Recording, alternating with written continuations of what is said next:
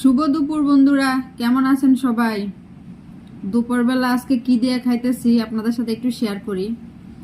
এটা হচ্ছে পাট শাক। পাট শাক কিন্তু আমার অনেক পছন্দ। আর এদিকে রান্না করছি চাল কুমড়া দিয়ে মাছ।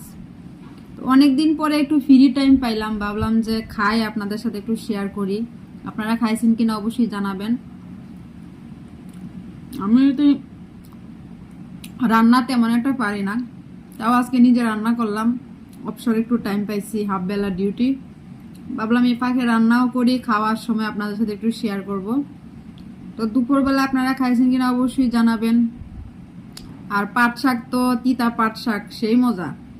জানি অনেকে হয়তো তিতা পাট শাক খান না, আমিও কিন্তু খাইতাম না, কিন্তু আমার এখন অনেক ভালো লাগে, খাইতে খাইতে অভ্যাস হয়ে গেছে। ওই শাকটা খাবেন, এখন সিজন, কারণ শাকটা কিন্তু অনেক উপকার। তো সবাই খাইছেন কিনা অবশ্যই জানাবেন। সবাই ভালো থাকবেন।